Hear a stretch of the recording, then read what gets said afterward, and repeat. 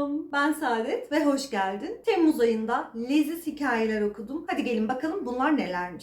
Öncelikle Gölge Gözler'den bahsetmek istiyorum. 1984 romanını okuduysanız veya çizgi romanlarını biliyorsanız benzer bir atmosfer var bu çizgi romanda da. Hikayenin geçtiği evren karanlık ve biraz gotik. İnsanların da bu karanlık tarafla mücadelesini anlatıyor. Peki ne bu mücadele? Şurada gördüğünüz gibi sokaklar böyle seksi, güzel kadın figürleriyle dolu, posterleriyle dolu ve bu posterler aslında insanları denetliyor. Sürekli sizi izleyen gözler var ve her anınızı, her saniyenizi, sokakta attığınız her adımı kaydediyor. Hatta bir marketteki alışveriş esnasında da ne yaptığınızı inceliyor mesela. Ve bu kameraların arkasında gerçekten bir insanlar var ve onlar da kontrol ediyor sizin ne yapıp ne yapmadığınızı kaydedilen görüntülerden. Bu gölge gözlerin varlığı da suç oranını düşürmekmiş. Fakat biz hikayeyi okudukça görüyoruz ki suç oranını düşürmekten ziyade zenginleri daha zengin yaparken fakirleri de daha da fakirleştiren bir hikayenin içerisindeyiz. Ve burada yoklukla, işsizlikle mücadele eden, yani günümüzün de toplumsal sorunlarına konu alan bir çizgi roman. Bu videoda bu arada spoiler vermeden bu çizgi romanlara değineceğim. İşsiz kalmış karakterlerin görünmez olduğunu görüyorsunuz. Burası bence mükemmel bir detaydı. Çünkü gerçekten iş ve güç, bu iki kelime birlikte kullanıma çok uygun kelimeler ya. Yani işsizseniz güçsüzsünüzdür. Hatta işsizseniz görünmezsinizdir. Bu tarz göndermeleri olan, bu tarz toplumsal sorunlara eğilen ve 1984 atmosferinde ama kendi içinde bambaşka bir kreatif dünya sunan bir çizgi roman. Çizimleri zaten mükemmel. Gerçekten çok yoğun bir çizgi roman. Yani çok nadirdir bazı çizgi romanlarda böyle her sayfanın, hatta her panelin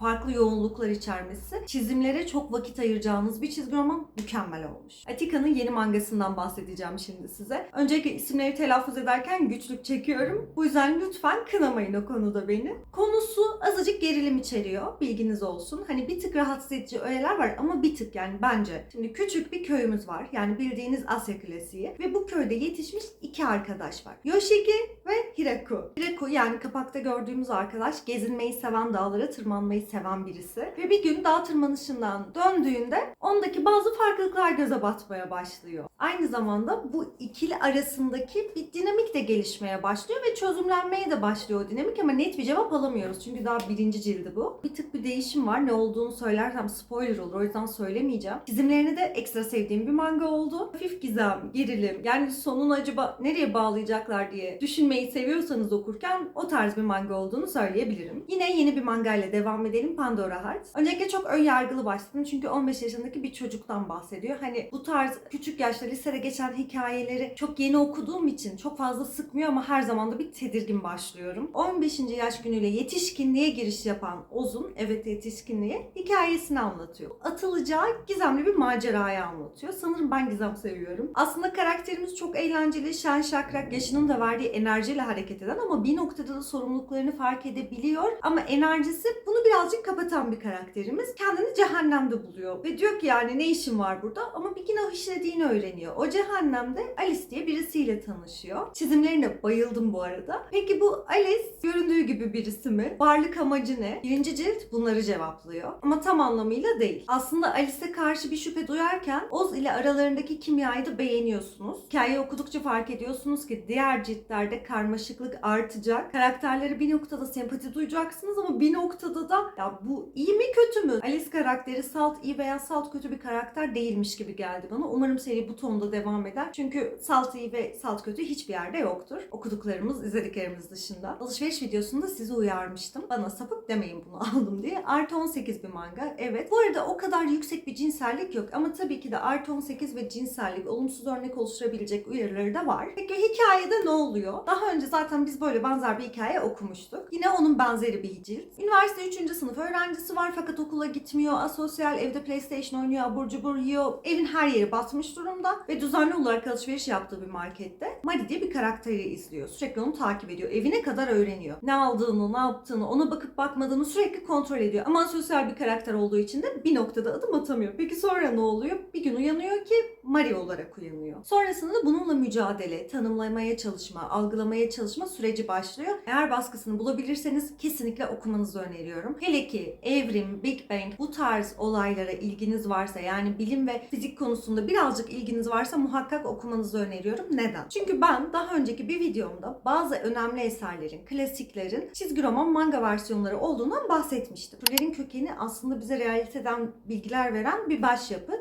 Charles Darwin'in eseri ve bu da mangaya uyarlanmış cildi. Ya ben anlamam diye çekinceniz varsa, okuduğunuzu hani çok bilimsel geliyor, karıştırıyorum, çoğu terimi de bilmiyorum zaten diyorsanız bu mangayı öneririm. Çünkü burada olay karakterler anlatıyor ve söylediği her kelimenin hemen hemen açıklaması da yapılıyor. 80-90 yıl önce kabul edilmiş evrimin nasıl bir şey olduğunu az çok fikir geliştirip öğrenebiliyorsunuz. Abla biz şimdi maymundan mı geldik? Şimdiki maymunlar niye insan olmuyor gibi sorular yazmayın yorumlara, tamam mı? Çizimler mükemmel mi acaba? Beni mest etsin ya da olay örgüsü beni sürüklesin gibi bir bakışla değil, tamamen öğrenme bakış açısıyla yaklaşırsak aşırı seveceğinizi düşündüğüm bir manga. Ve gelelim okurken ağladığım bir mangaya. Yıldız Bekçisi Köpek. Küçük dostlarımıza sempati, empati duyabilen herkesi gönülden kucaklıyorum. Çünkü bu çok kıymetli. Ve hele bu sıcaklarda, sokakta bizim bile dayanamadığımız sıcaklarda onlar çıplak patileriyle gezmek durumundalar. Ve bunun için yapabileceğimiz bir şey var. Bir kap soğuk su koymaktır dışarıya. Bunları göz ardı etmezsek, her gün düzenli olarak koyarsak çok da bizden bir şey eksilmeyeceğini düşünüyorum. Hakiko filmini bilenler ve sevenler bu mangaya da bayılacaklar. Yine Hakiko'daki olduğu gibi sadık bir köpekten bahsediyor. Fakat burada aile içi çatışma, aile içindeki o dram ve hatta bencillik konuları sizi bir yerde gıcık edecek. Özellikle ailedeki bencilleşme kıstasını göz önüne alırsak. Aynı zamanda alt metninde de bir mesaj veren manga. Hayvanların oyuncak bebek gibi alınıp satılmasına karşı sağlam bir eleştiri de yapıyor. Animesini sonuna kadar izleyip bayılmış birisi olarak ve ciltlerini toplayan birisi olarak Solo Leveling başrol karakterin gelişimi hakkında konuştuğumuz bir video var zaten. Bu ciltte de karakterimiz derinleşiyor. Oldukça keyifliydi. Eğer Solo Leveling'i de merak ediyorsanız incelediğim kısa bir videoda kanalımda mevcut. Fahrenheit 451'in ben romanını okumuştum. Filmi de var diyorlar ama filmini izlemedim henüz. Çizgi romanı da çok güzel ama ben romanını da sıkılmadan okuyacağınızı düşünüyorum. Romanını sevdiğim için çizgi romanına da şans vermek istedim ve yine ikinci elde bulduğum bir çizgi romandı. Şu an baskısı var mı bilmiyorum ama bulacağınızı düşünüyorum. Şimdi bir distopya hayal edin ve o distopyada kitaplar yasak. Hiç kimsenin elinde ne kitap bulundurabilir ne de okuyabilir. İtfaiyeciler var ve bu itfaiyeciler aldığı ihbarlar üzerine kitapları yakmaya gidiyor. Yani bilincin tamamen kapanmasından yana olan bir distopyanın içindeyiz. Peki bizim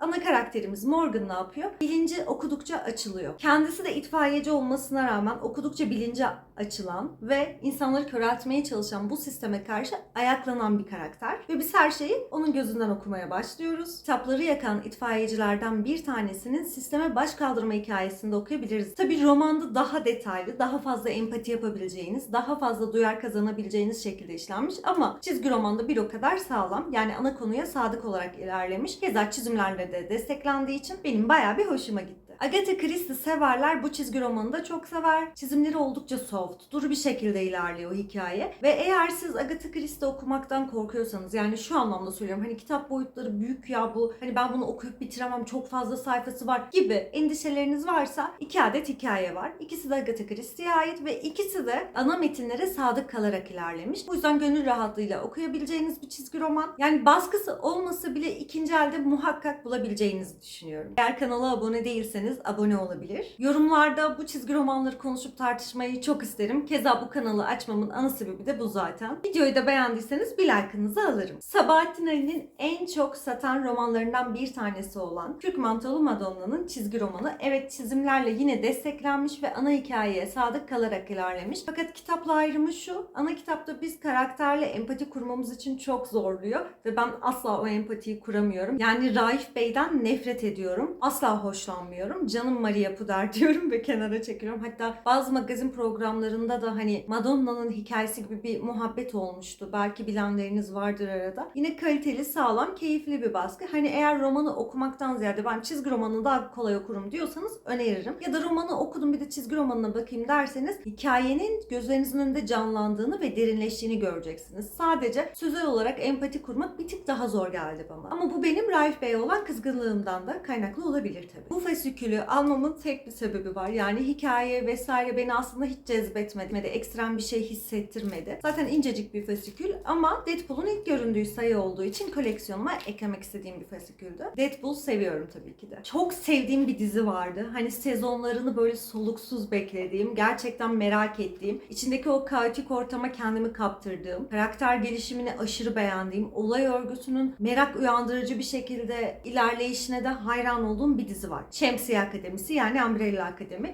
Keza çizgi romanla uyarlanmış bir dizi zaten. Bende de 2 cildi var. Aslında serinin devam ciltleri var ama henüz ülkemizde basılmamış. Fakat İngilizce olarak okumak isteyenler edinebilir. Bende 2 cildi var. Eğer diziyi sevdiyseniz çizgi romanları da seveceğinizi düşünüyorum. Yani bu arada baskısı yok ama ikinci elde var mıdır bilmiyorum. Ben zorla bulup aldım açıkçası bu seriyi. Devam ciltleri de ne olur çıksın diye düşünüyorum kendi içimde. Diziyi izlemeyenler, çizgi romanı okumayanlar için kısa bir özet geçmek istiyorum. Şimdi süper güçlerle doğmuş 43 çocuk var. Tamam mı? Bu 43 çocuktan 7'sini bir milyarder sahipleniyor. Asıl olay bu. Ve bu milyarder de aslında çok gizemli bir karakter ki biz bunu zaten gizemli olduğunu filan hikaye ilerledikçe, hikaye akışında öğreniyoruz. En başta bilmiyoruz. Ve kendince bu çocukları yetiştiriyor. Karakterler büyüyor, yetişkin oluyor ve artık omuzlarında çok ağır yükler var bu karakterlerimizin. Zaman yolculuğu deseniz var, suikast girişimleri deseniz var, uzay deseniz var, bilim kurgu var, fantastik var. Bütün öğeler toplanmış bir seri. Hatta Kennedy olayı bile var yani. Daha ne olsun. Kaotik anlatım ve absürt mizah seviyorsanız bu seriye de bayılacağınızı düşünüyorum. Aynı zamanda hani diziden ziyade çizgi romanda da karakter derinlikleri bence çok güzel işlenmiş. Geçelim bir diğer çizgi romanımıza. Şöyle 2 tane cilt var elimde. Bu bir tık daha fasikülümsü. Lady Mechanica'dan başlamak istiyorum. Tamamen cyberpunk öğeleri var. Böyle mekanik, cyberpunk falan ben çok fazla sevmiyorum ama ona rağmen şöyle bir kadın profili gördüğümde asla kayıtsız kalamıyorum. Victoria dönemi steampunk evrenindesiniz. Yarı robot, yarı insan, dedektif Lady Mechanica'sınız. Onun gözünden olayları okuyorsunuz, izliyorsunuz. Gizemleri çözmeye çalışıyorsunuz. Kendi geçmişinize ulaşmaya çalışıyorsunuz, öğrenmeye çalışıyorsunuz. Ama bunu yaparken de birçok komployla mücadele etmek zorundasınız. Merak öğesi ön planda, karanlık bir atmosfer var ve çizimler oldukça epik. Çizgi romanı elinize aldığınızda büyük ve karmaşık bir evren sizi bekliyor. Yıkıcı bir savaşın sonrasındasınız ama. Yani aslında paramparça olmuş bir dünyadasınız. Çünkü bu dünyada insanlar ve arkanikler var. Ana karakterimiz ise arkanik kökenli bir genç kız. Fiziksel olarak insan gibi gözükse de içinde karanlık ve kadim bir güç barındırıyor. Evet, bu güç ona avantaj sağlıyor ama bir noktada da ruhunu ve bedenini tehdit ediyor. Ana karakterimiz annesinin geçmişini öğrenmek ve intikamını almak için yola çıkıyor ve süreç bu şekilde başlıyor. İç içe geçmiş politik entrikalar, ırksal ayrımcılık gibi yetişkin eleştiriler de var cildin içinde. Feminizm teması elbette güçlü bir cilt. Çünkü karakterler hem lider